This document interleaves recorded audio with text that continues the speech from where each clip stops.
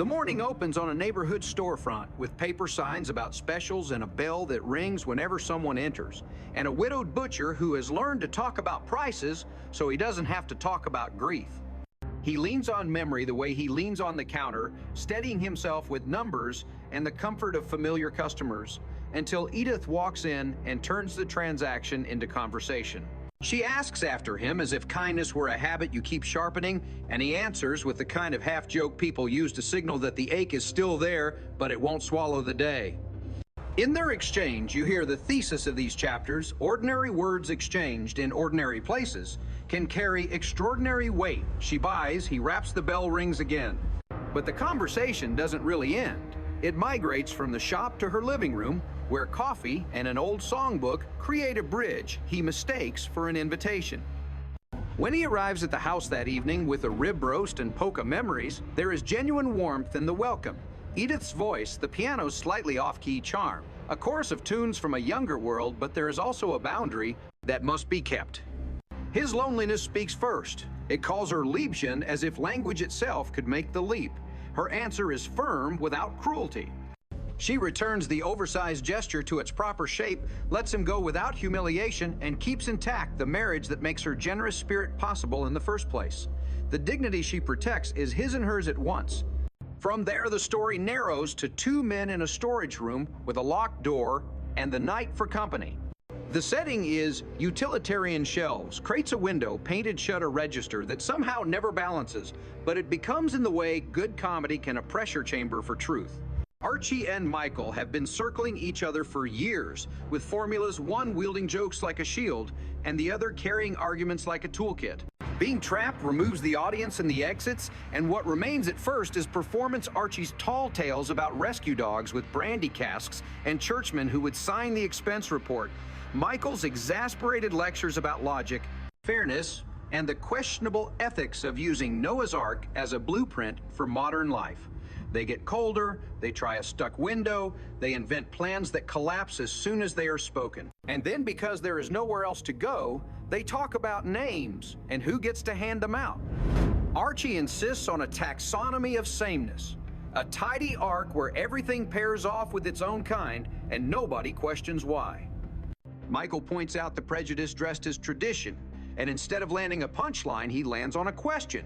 Archie can't dodge. How did you learn to believe that? The answer arrives in a story that sounds like a joke until it doesn't. A father comparing his son's brain to a bird's, a backroom decision about which child gets a future and which child gets a shift that never ends. The insult was delivered decades ago, but the men in the room can still hear it. Michael, who has argued 1,000 points with this man, finds the point that matters: the father was wrong. There is no drum roll and no grand reconciliation. There is only a silence that finally isn't empty, the kind two people share when the door in the conversation actually opens. The narrative then changes altitude from a storeroom's stale air to a mountain town's thin, bright cold, and with it, the subject changes from fathers to marriage. Gloria and Michael have decided that romance might be coaxed back by geography and props an overnight bag, a silky gown that promises a certain mood, a room whose furniture seems to resist choreography. The experiment is earnest and funny and a little heartbreaking. Their talk runs into dead ends made out of timing and the awkwardness of trying to schedule spontaneity. A counting game at the bathroom door turns from cute to ridiculous in 3 seconds. A chair that was supposed to be a throne becomes an obstacle. They bring up basketball of all things because it's easier to talk about stranger streaks than the fear that their own has gone cold. The word divorce appears like a moth in the lamplight, unwanted, uninvited, but impossible to ignore. And then the same mechanism that opened the storeroom door opens this one attention. By saying aloud what they miss, they force themselves to notice what remains. Respect that didn't vanish with the fireworks. Friendship that can survive the dull days. A shared responsibility that changed them into parents and won't let them pretend to be the version of themselves who never had to budget sleep. The comedy keeps them honest. Embarrassment is a solvent for self-importance. When they finally find each other again, it isn't a movie cue so much as a release valve, timed almost to the footsteps of someone who might barge in and turn the moment into farce. They laugh at themselves, and in laughing, remember That desire doesn't die so much as it wanders off and needs to be called back by name. Meanwhile, back in the house where most of these lives are lived, the past walks in as a person and not an argument. Archie's brother Alfred arrives after years long enough to harden into principle. The mood in the room shifts rapidly: delight from Edith, curiosity from Gloria, a kind of skeptical politeness from Michael, while Archie tries not to show that his body has prepared for a fight. His mouth doesn't want to admit is happening. Alfred represents choices. Archie resents different work, different politics, different rules about who gets to sit at the table without a license issued by tradition. He also represents the father they both measured themselves against, and he carries proof in his pockets: a railroad watch that keeps imperfect time and a sealed letter with a due date. The objects are not subtle. One says, time exists, but not the way you thought.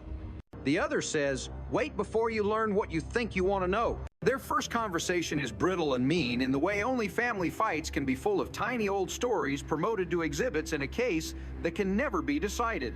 The childish roach derby becomes an indictment. Spilled cola becomes a verdict. Missed moments get rewritten as character flaws.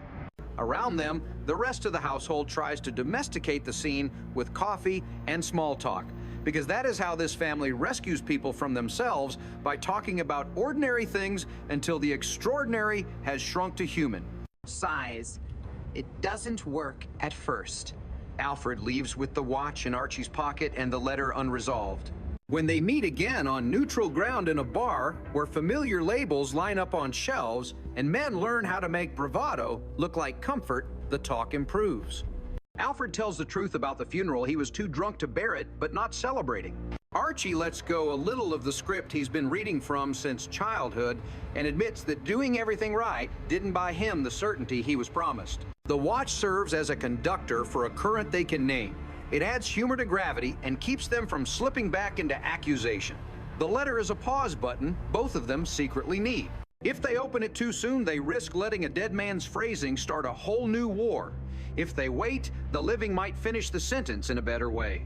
By the time they agree on lunch 29 years from tomorrow and then cheat by moving that date closer, the important thing has happened. They have stopped counting who owes what and started quietly to count on each other again. Threaded through these events is a chorus of details that make the neighborhood feel like a character all its own. Songs from an earlier era leak into the present and change the temperature of scenes without asking permission. Old standards carry nostalgia that is both comforting and treacherous, a soundtrack for the idea that the past was simpler because it was yours. Food functions as a language that speaks when mouths can't manage the right words. Pork chops and rib roasts, coffee that keeps getting poured and repoured until someone finally says the thing that needed saying. Work is never far away. Time cards, cash drawers, the practical arithmetic of keeping a household solvent, and with it the politics of who gets to decide what counts as respectable. Archie's fondness for categories and borders is not without reason. He survived by following rules. But rules, as these episodes keep proving, break when they try to contain people instead of protecting them. Archie himself changes in small, detectable ways. The storeroom confession doesn't turn him into a different man. It turns him into the same man with a memory that has finally been taken out of its case and examined in the light. His jokes still come quick. He still deflects tenderness with sarcasm, still policies the world with a reflex that predated his adulthood, still invents these elaborate comic universes where a street Bernard and a Pope solve problems with one bottle and a nod. But there are pauses now, little hesitations, where you can see him editing himself, swapping a cheap laugh for a smaller kindness. He comforts a scared friend even as he mocks the language of fear, and the contradiction doesn't cancel itself out. It reveals that he is learning how to hold both truths at once.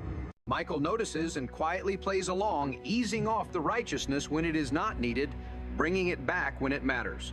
Edith remains the center of gravity, the one who can make a compliment out of an odd metaphor, and mean it, who can tell a man no without implying that he is less, who can keep a home humming with songs that are sung badly but together. Gloria becomes fluent in a new language of marriage that doesn't require fireworks to prove that the room is warm. The symbolic objects do a lot of narrative work without ever feeling like they were planted just to be decoded. The watch, stubbornly inaccurate, is faithful rather than precise. It demands maintenance. It rewards attention. It is beautiful because it belonged to someone imperfect. The letter is a lesson in delay, teaching everyone involved that sometimes knowing is not the same as healing. You can learn a fact in a second and still need weeks to become the person who can live with it. The butcher's gift that had to be returned becomes, in hindsight, a kind of parable about the difference between generosity and obligation, kindness and consent. Even the motel's wrong chair and the silly counting game at the bathroom door do something important.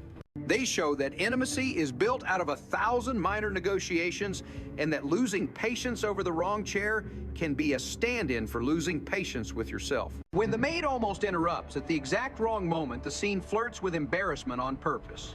A good joke here is a safety valve. It lets the pressure out without blowing the whole system. By the time this version reaches its final movement, the household has earned a quieter ending. No one gives a speech that could be quoted at a banquet. No one wins a trial inside the living room where grievances are sometimes staged as if a jury were present. Instead, they do what they always do. They set the table. Someone hums despite not remembering all the words. The adults trade jokes that have been told too many times but somehow sound new when repurposed as reassurance. There is somewhere on a dresser a letter waiting. There is somewhere in a pocket a watch that loses time but still ticks. The butcher changes the sign in his window and tries again. The brothers plan a meal. The couple who thought their story had cooled discover that it has not. It has just shifted into a steadier gear. The man who insisted the world made sense only when divided by species, color, creed, or neighborhood still reaches for labels, but he also reaches slowly, awkwardly, and often by making a joke first for the people standing in front of him. What these chapters preserve better than a slogan or a moral is the sensation that progress in a family is rarely visible in the moment. It shows up later in the way a man doesn't say the cutting thing he would have said last year, or in the way a woman says no without apologizing and then still offers coffee, or in the way a couple's fight ends not with a door slammed, but with a laugh neither of them saw coming. It looks like two men exchanging a broken timepiece and realizing that being off by 30 minutes is not a failure if you keep meeting anyway. It sounds like a song everyone pretends to know sung badly, but together keeping time as best they can. It tastes like too strong coffee and a roast that feeds more people than you meant to invite, because there are always more people to feed than you expected when a house is open the way this house, for all its rules and opinions and habits, remains open. The future is not promised, but the next conversation is, and that is enough to keep the light on the bell on the shop door, working the pencil on the calendar, ready to move an appointment from 29 years from tomorrow to sometime next week when both brothers are free.